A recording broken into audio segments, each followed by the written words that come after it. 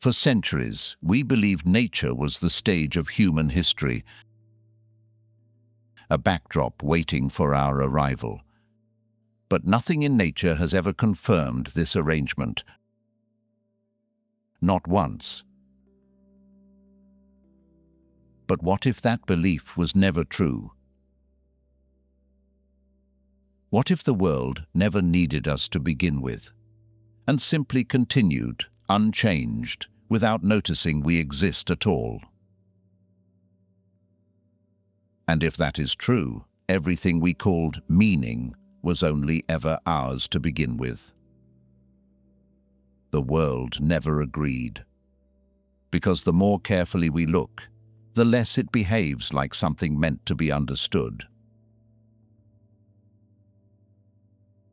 We rarely question what a landscape actually is. We see a mountain and assume it is part of a scene. We see the sea and assume it is waiting for meaning. But this assumption is not neutral. It places the human being at the center of perception, even when nothing in reality confirms that position. There is a quiet contradiction here. The more we look at nature, the more we assume it is looking back in symbolic form. But what if that return gaze is only our imagination?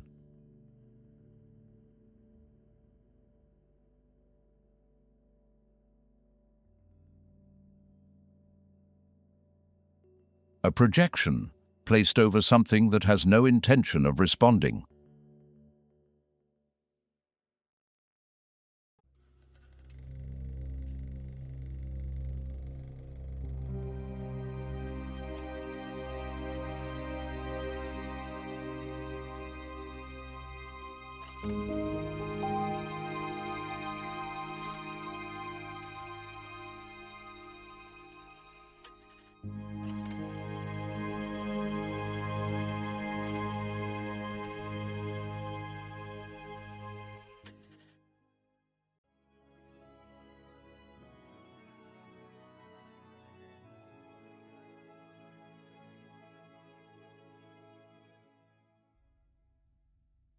In classical painting, nature is never alone.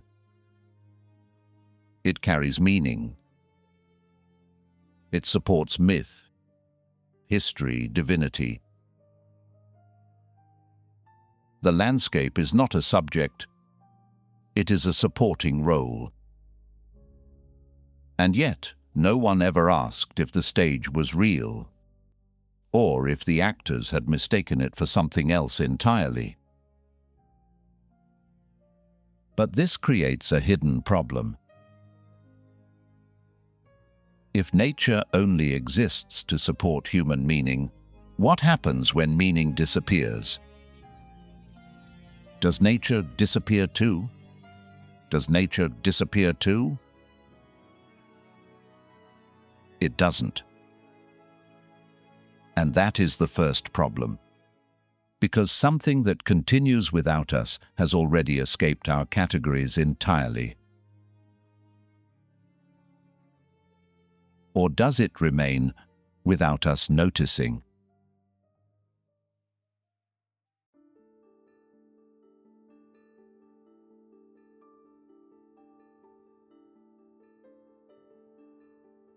In the early 19th century, something shifts. Artists begin to remove the central figure. Not suddenly, not violently, but gradually. The human presence becomes smaller, less certain, less necessary. And for the first time, a strange sensation appears in art. The feeling that the landscape does not need a witness. And for a moment, no one knew what to do with that. Because art had never before painted something that didn't ask to be seen. It simply continues. And that continuation has no interest in survival, loss, or witness.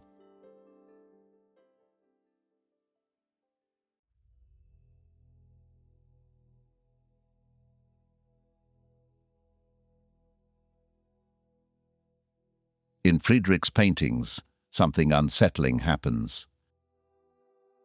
A man stands before the sea, not dominating it, not interpreting it, simply existing in front of something far larger than comprehension. In The Monk by the Sea, almost everything disappears. No story, no structure, no comfort, only scale. And within that scale, a human presence so small it becomes almost symbolic of absence itself. At this scale, the question is no longer artistic. It becomes existential. Why is anything here at all?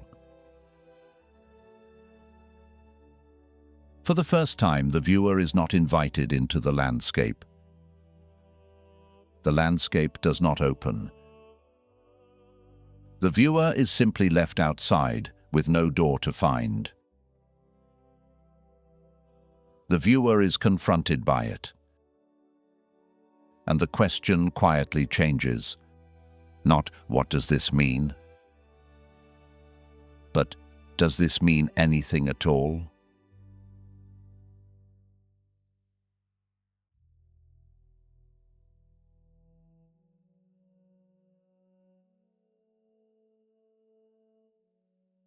Friedrich does not depict nature as beautiful. He depicts it as uninterrupted, as if it has always been there and will continue long after interpretation collapses. The disturbing element is not the vastness. It is the indifference inside it. Nothing reacts. Nothing acknowledges. The world does not respond to being seen, and slowly a thought begins to form. Perhaps silence is not emptiness, but independence. And independence in a world we assumed was ours is a form of expulsion. We were not removed. We were never included.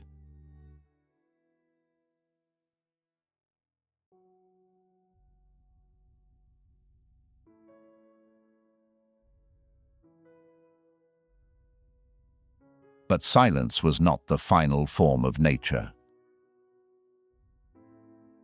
With Turner, the landscape begins to dissolve. Shape becomes unstable. Light replaces structure. Storm replaces geography. In Snowstorm, Hannibal crossing the Alps, history itself is almost erased. A great army becomes a trace inside atmospheric chaos. Not defeated, simply absorbed. The storm is not emotional.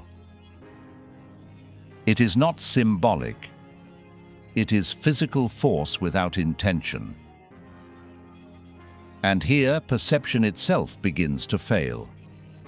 Because what is being painted is no longer a scene. It is a condition in which form is no longer stable enough to hold meaning.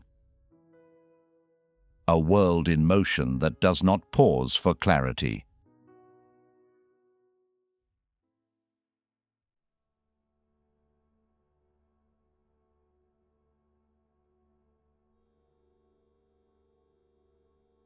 Then comes rupture. No more distance. No more atmosphere.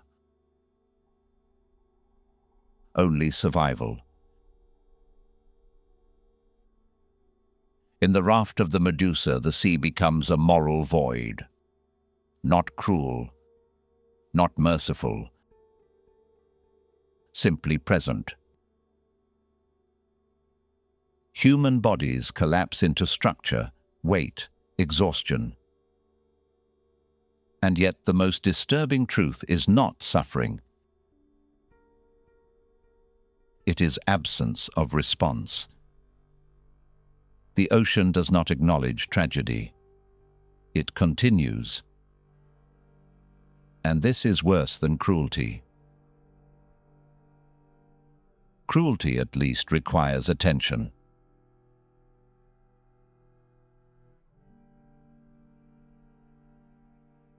Now the logic begins to converge. Friedrich showed silence. Turner showed instability.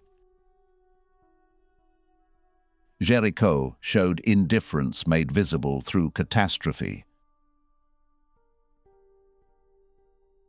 Three different visions, but something connects them. The human being is no longer central in any of them. Not emotionally, not structurally, not cosmically. And a pattern begins to emerge. The more intensely we look at nature, the less it resembles something that includes us. It becomes something else. Friedrich removed the human. Turner dissolved the form. Géricault erased meaning. Not a stage, not a symbol. Something harder to name. Something that was never waiting for a name. A system that persists, not despite interpretation, but completely indifferent to whether interpretation happens at all.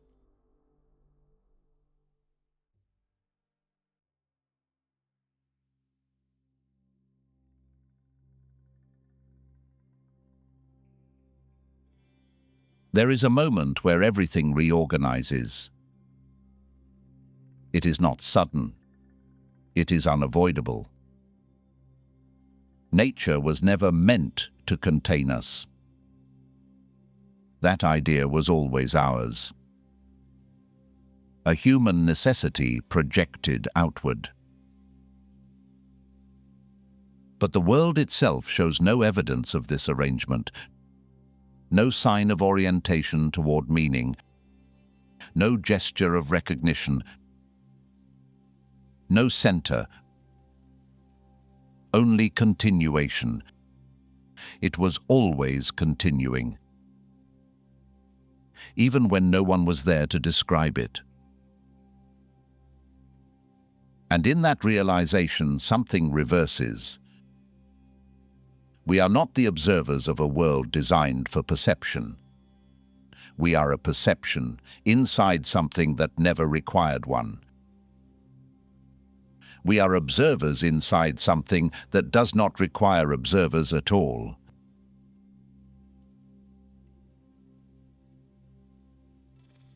After this realization, images no longer behave the same way.